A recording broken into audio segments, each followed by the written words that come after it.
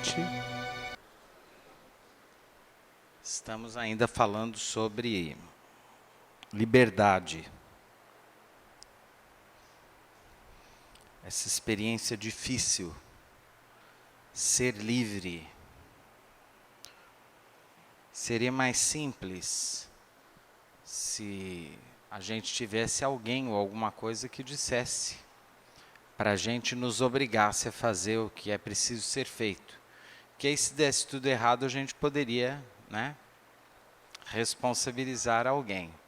Mas somos livres e temos que carregar este peso, esta delícia e esta dor que nos cabe, essa parte que nos cabe deste latifúndio, a liberdade. E Allan Kardec, quando estuda a liberdade no Livro dos Espíritos, particularmente nesse item, liberdade de consciência, nos fala de algumas coisas que são óbvias, bastante óbvias. Por exemplo, quando ele nos disse é lícito, escandalizar alguém por aquilo que esse alguém acredita. Se é lícito, se cabe, se é legítimo nós humilharmos alguém por causa da crença dele. Nos parece muito óbvio que não, porque mais do que uma imbecilidade, é no mínimo uma falta de educação. Por quê? Porque cada pessoa, cada ser humano tem direito de acreditar no conjunto de convicções, de princípios que ela quiser. Esses dias eu estava vendo uma entrevista com o Chico Xavier e ele estava falando sobre um capítulo do Evangelho que é fora da caridade não há salvação. E tem um dos itens desse capítulo que fala fora da igreja não há salvação. Por quê? Porque durante 1000 anos de Idade Média, e mais ainda, durante toda a existência da Igreja Católica, etc., e mesmo das igrejas protestantes, é muito comum a gente ouvir essa coisa de salvação. Salvação já é uma coisa meio piegas. Eu quero me salvar. Salvar do quê? Como assim? A barca está afundando? Do que se está falando quando se fala de salvar? Então, a gente tem que entender que, para nós, espíritas, essa palavrinha salvação, ela tem um conteúdo um pouco diferente.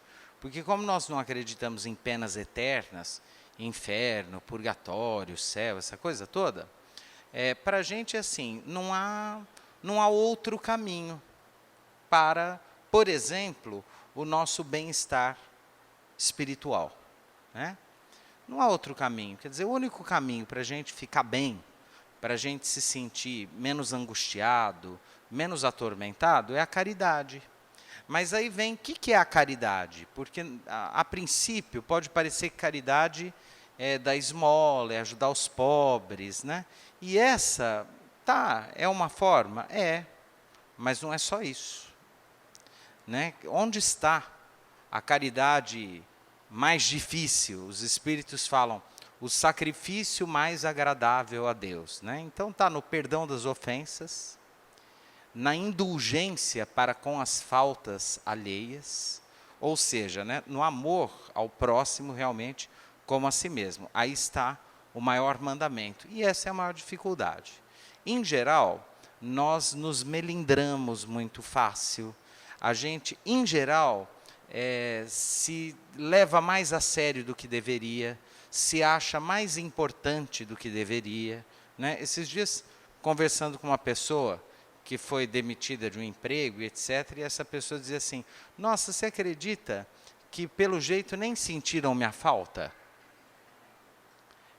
E eu falei, e o que você tira daí? Eu tiro que realmente eu achei que eu era mais importante, e que eu sou menos importante do que eu pensava que eu era. E, em geral, é assim mesmo.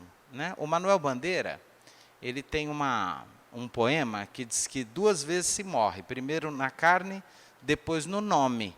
Esse mundo é o mundo da transitoriedade mesmo. né? A gente se acha tão importante, daqui a pouquinho a gente desencarna, daqui 100, 200 anos, se a gente não é alguém muito importante, né?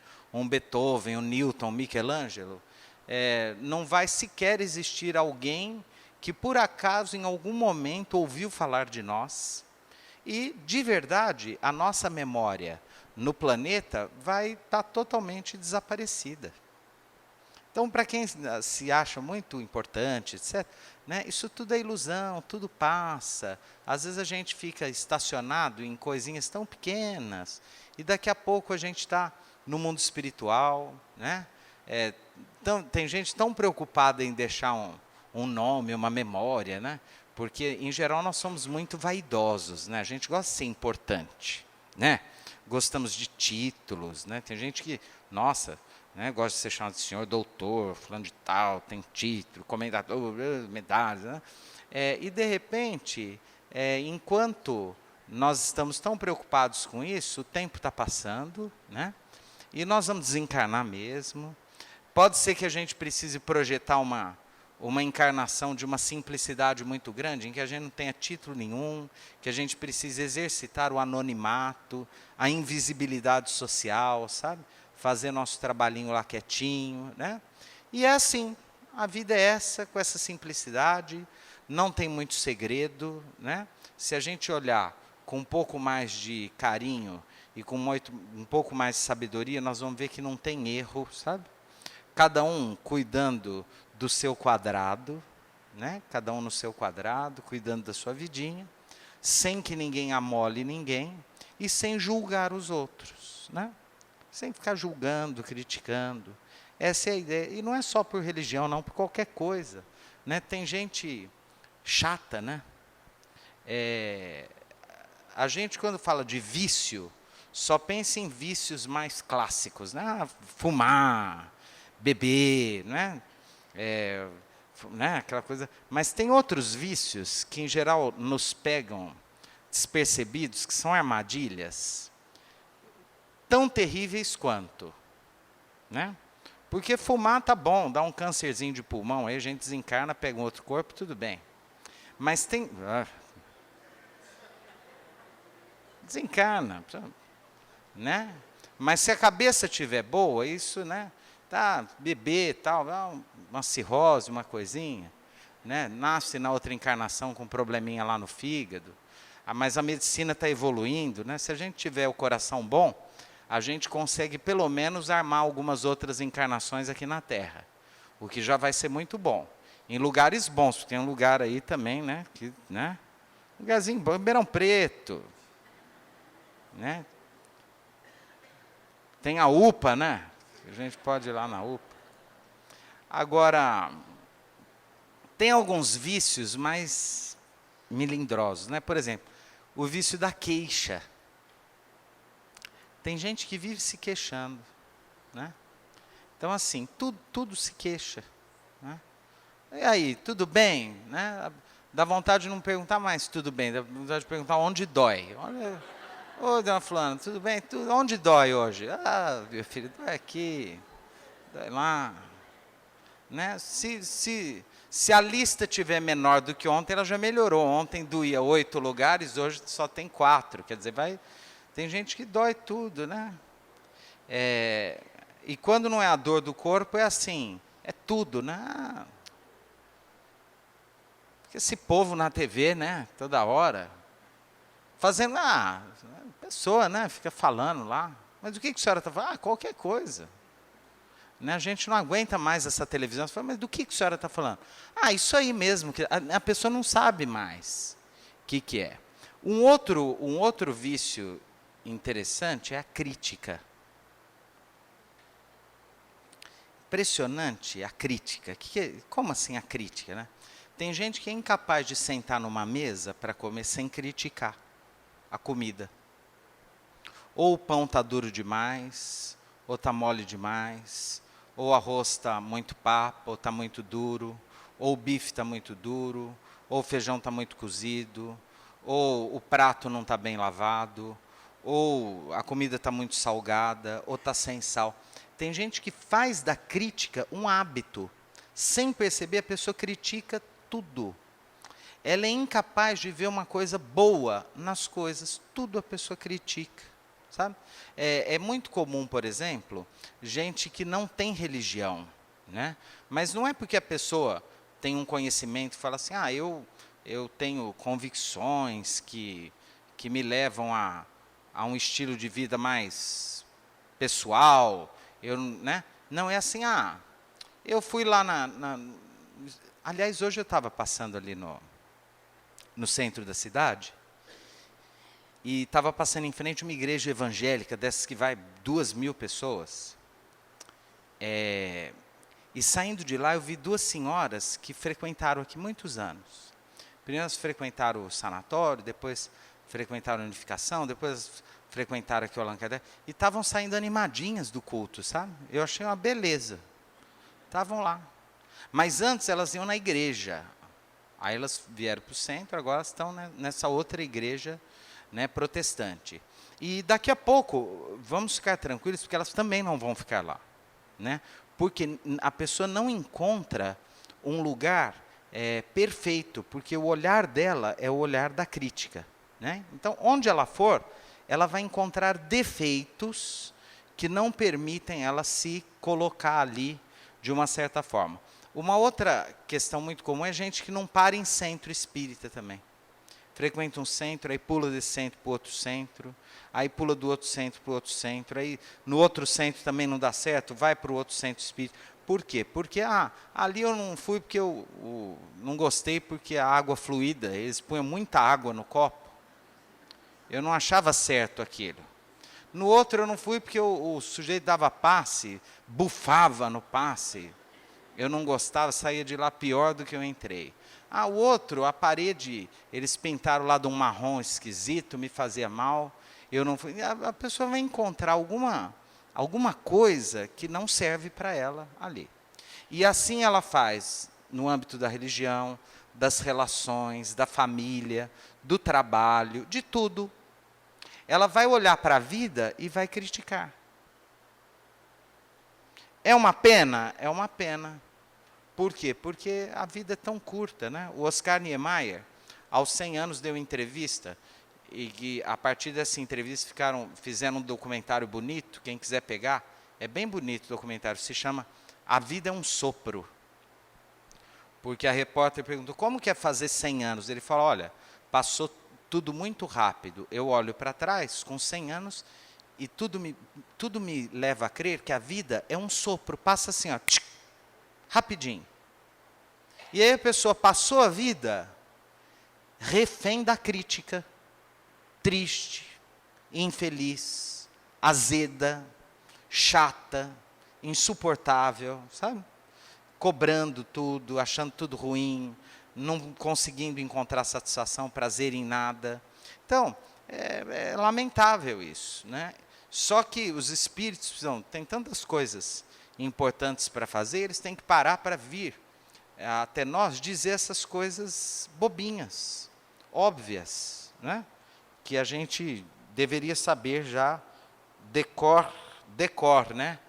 De coração, ó, decor, né? Coração, decor. Então os espíritos respondem, né? Olha, isso é faltar com a caridade, atentar contra a liberdade de pensamento. Então nós devemos libertar o outro. A gente deve libertar. Deixe que o outro escolha os seus caminhos. E vamos tocar a vida gostosa. A vida precisa ser gostosa. A gente precisa criar um jeito da vida ficar gostosa. Esses dias eu visitava um senhor que estava à beira da desencarnação, tanto que ele veio a desencarnar. Acho que 2 dias depois que eu fiz a visita, eu não tenho culpa, ele já estava doente. E aí a filha estava do lado, papai, o que o senhor quer? Ele falou, eu quero sorvete de picolé de limão. E ela falou com a equipe de enfermagem, levou lá uns 12, 13. E ele comeu aquele picolé, assim, estava calor. Ele sabia que ia morrer, estava com câncer, em estado terminal, sabe? À base de medicamentos muito fortes contra a dor. Mas eu achei lindo aquilo. Eu quero morrer chupando picolé. Achei uma beleza aquilo. Quer dizer, olha, né? O sujeito está morrendo e está extraindo da vida. Ó, vamos chupar picolé. Sabe? Antigamente, em velório, se bebia o morto, né? Levava-se uma cachaçinha. Vamos beber, brindar o morto. É uma beleza, né? Um cafezinho, tinha lanche, né? Hoje é um horror, velório, uma coisa horrorosa. Naquela época era em casa, era uma beleza, né? Era mais festivo, mais gostoso, né? Hoje já é menos interessante assim, né? Mas até nos momentos de tristeza, a gente tem que encontrar uma saída. Que saída? A salvação. É disso que eu estou falando. Eu não estou falando de inferno, não estou falando de purgatório, não estou falando dessa porcaria nenhuma. Eu estou falando de alegria. O sujeito está indo lá na igreja do seu fulano, deixa, ele está alegre, está feliz. Deixa o cara aí, não enche o saco dele. Vou fazer um apelo. Nós não devemos discutir religião. Religião não é para ser discutida. Gente que discute religião, em geral, é chata. Fica tentando convencer. Né? Você está aí na rua, tal, concorde. Vai perder, a vida é curta, vai perder tempo discutindo. Ah, você é espírita, demônio, né? Eu falei, você não viu nada. Tem um senhor que me veio e fala, como que é lá de domingo? Eu falei, eu recebo uns caboclos lá que o senhor for, nem vai, porque eu vou ficar perdendo tempo, tentando falar o quê? Tenha santa paciência. Nessa altura da vida, que não é tanto, né? Mas ele vai lá ver, tal, né? Então, cada um tem o seu caminho, né? Sua forma de ver o mundo. Cada um está num momento, né? Na questão 840 se diz assim, ó: será atentar contra a liberdade da consciência opor barreiras às crenças que podem perturbar a sociedade? Bom, os espíritos respondem, ó, podem reprimir-se os atos, mas a crença íntima é inacessível. Olha que coisa óbvia. É óbvio. Vamos imaginar que tem lá um culto em algum lugar, né, que reverenciava lá uma árvore sagrada e etc. e tal. Você pode tentar, olha, a partir de hoje ninguém mais vai reverenciar essa árvore. Tudo bem. Eles podem te obedecer. Porém, a consciência do homem é inacessível. Se ele quiser passar 300 anos em 5 encarnações acreditando naquilo, o espírito é livre para acreditar naquilo. Então, a ninguém é dado o poder, não é nem o direito, o poder de invadir a consciência do outro. Não adianta. Tem um filme interessante de um diretor alemão. Deixa eu ver se eu me lembro o nome do diretor. Eu me lembro o nome do filme, daqui a pouco eu me lembro do diretor. O nome do filme, aliás, é um filme chato para burro, não vejam não. Vocês não vão gostar, é chato. Se chama Aonde Sonham as Formigas Verdes. Vocês vão falar, esse cara usava droga? Eu acho que sim. Já Aonde Sonham as Formigas Verdes. O diretor é o... Quem que é cinéfilo aí que pode me ajudar? É o... Já lembrei. Werner Herzog. Super desconhecido. Mas ele é um diretor importante aí, né?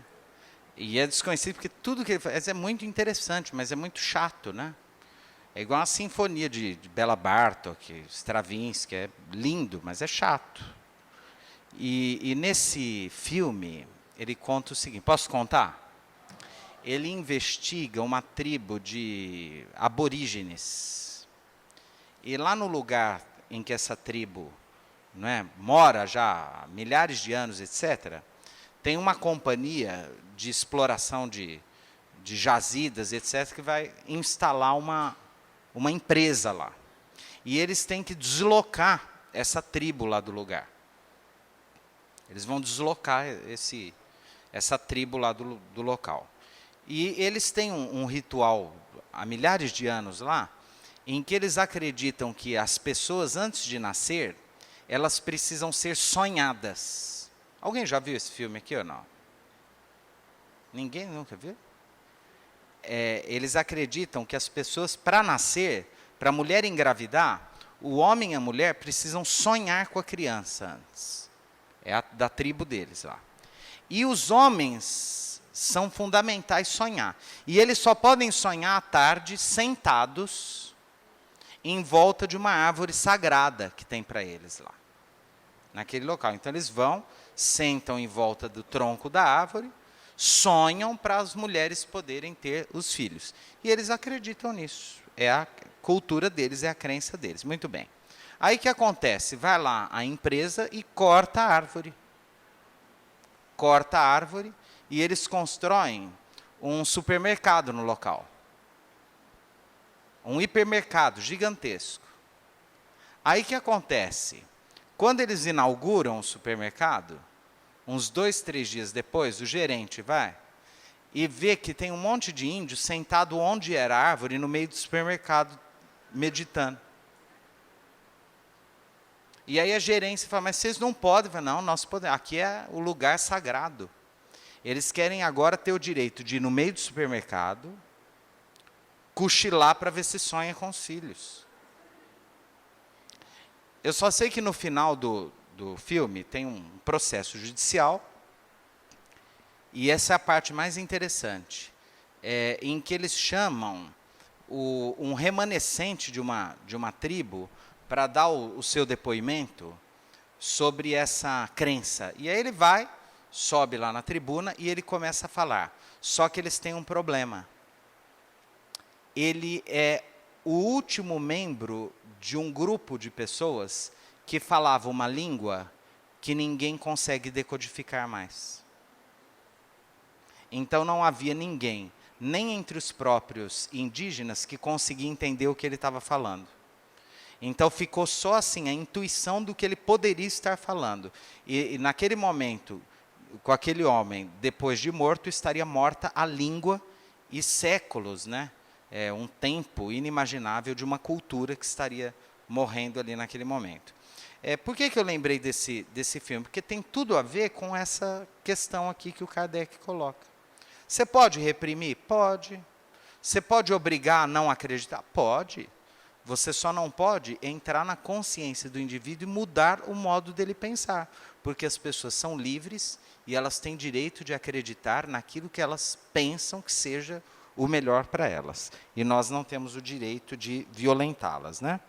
Depois, devemos, por respeito à liberdade de consciência, deixar que se propaguem doutrinas perniciosas, ou podemos, sem atentar contra essa liberdade, procurar conduzir para o caminho da verdade os que se desviaram para falsos princípios. Os espíritos dizem assim, certamente se pode, mas ensinai, a exemplo de Jesus, pela doçura e persuasão, e não pela força, porque seria pior que a crença daquele a quem desejasseis convencer. Ou seja, no momento em que a gente tenta levar o outro na marra para o nosso modo de pensar, a gente está sendo pior do que ele, que é o que os espíritos estão dizendo. A gente está fazendo pior do que aquilo que a gente está condenando. Se há alguma coisa que possa ser imposta, olha que beleza isso aqui, né? A gente podia parar aqui e nunca mais voltar no centro. Se a gente entendesse isso aqui e colocasse em prática, podia fechar todas as igrejas, todos os centros, não precisa, acabou tudo, ó. Ó que beleza. Vou ler. Segura aí, ó. Se há alguma coisa que deveria ser imposta, é o bem e a fraternidade. Mas não acreditamos que o meio de fazê-lo seja a violência. A convicção não se impõe. Ou seja, os espíritos nos falam o óbvio. O quê? Que fora do amor, do bem, da fraternidade, a gente precisa ser legal. Precisa ser bom. A gente precisa ser daquelas pessoas gostosas de conviver. Boas. A gente precisa ter luz na nossa voz, no nosso olhar. É isso. Independente, posso ser católico, budista, protestante, espírita, ateu.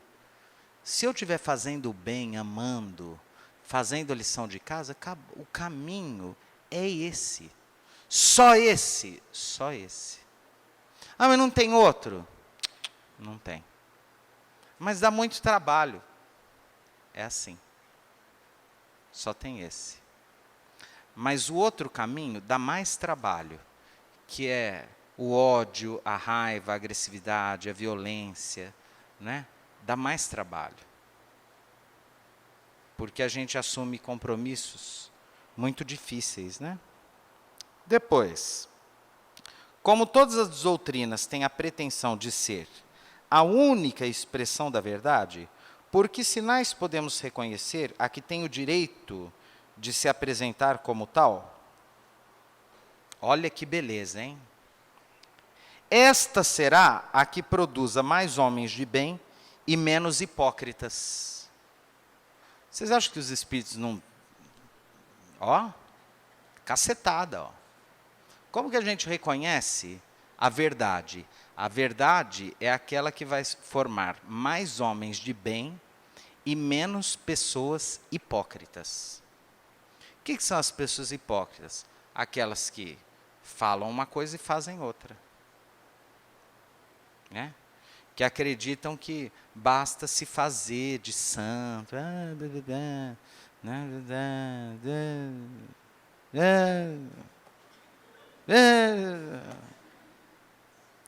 Quando eu conheço gente que faz voz de santo, eu já fico com medo danado. Às vezes a gente que é espírita, vem aquela pessoa, ai, meu irmão. Eu falo, ó, o obsessor aí, ó, chegando. A gente precisa tomar cuidado com essa gente. A Liz, elogia.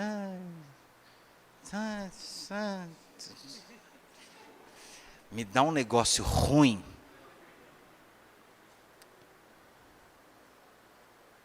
Um horror.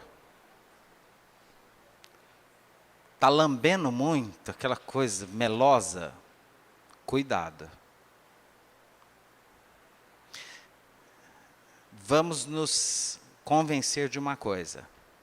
Se está encarnado na Terra, boa coisa não é.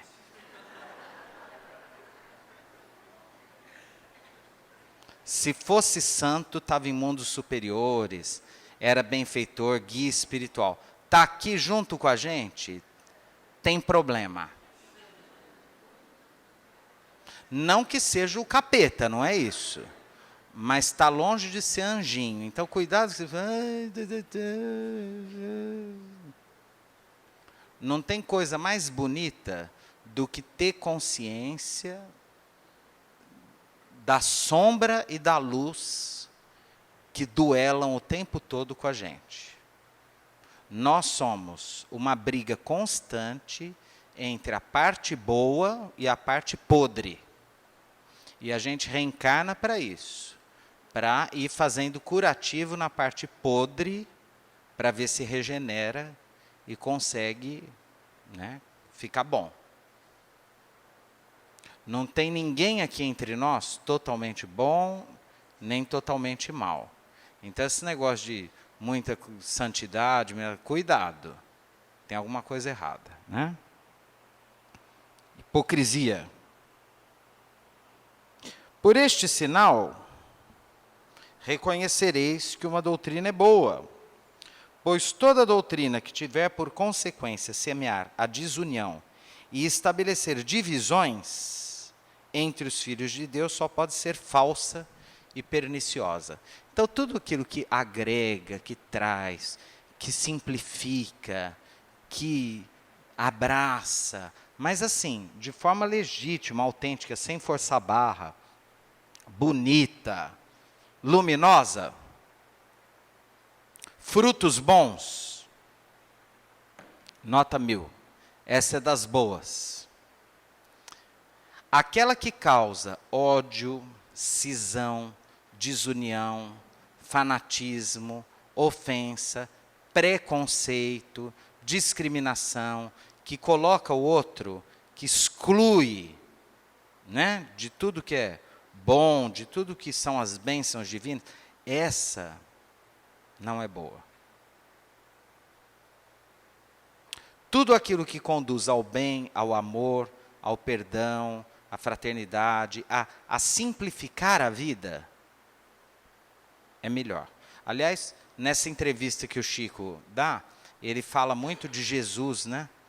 Que é o ídolo, né, do Chico, nosso modelo, guia, e ele diz assim, a gente precisa tomar muito cuidado com essa vivência da simplicidade. Quando a gente começa a complicar muito a vida, a gente começa a ficar obsediado. Quando a gente começa a exigir muito da vida, muito conforto, muito isso, é porque a gente está num caminho perigoso. E ele diz, a qualquer momento, quando a gente menos espera, a gente pode ser convidado a retornar ao mundo espiritual. E diz ainda na entrevista, e eu tenho visto, palavras do Chico, espíritas, inclusive lideranças espíritas, em situações lamentáveis no mundo espiritual.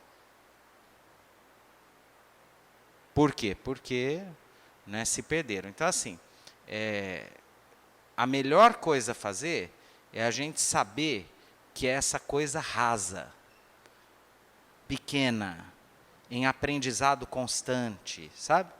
Em luta, em dificuldade, essa capacidade de ver a nossa quase insignificância, e para isso, e por causa disso, simplificar tudo, facilitar tudo, entender que a gente não merece nada de especial, que está todo mundo igual, na mesma, lutando todo dia, matando um leão por dia, para vencer as próprias dificuldades, os erros, as culpas, né, os desafios. Quando a gente consegue viver isso de verdade por dentro, aí nós vamos nos iluminando.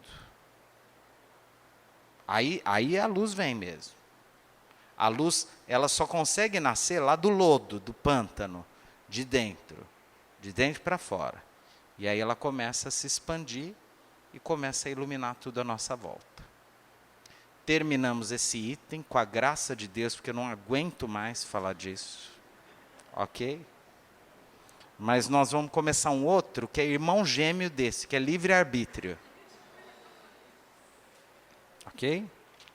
Mas aí só daqui 15 dias, tá bom? E que Jesus nos abençoe e nos ampare.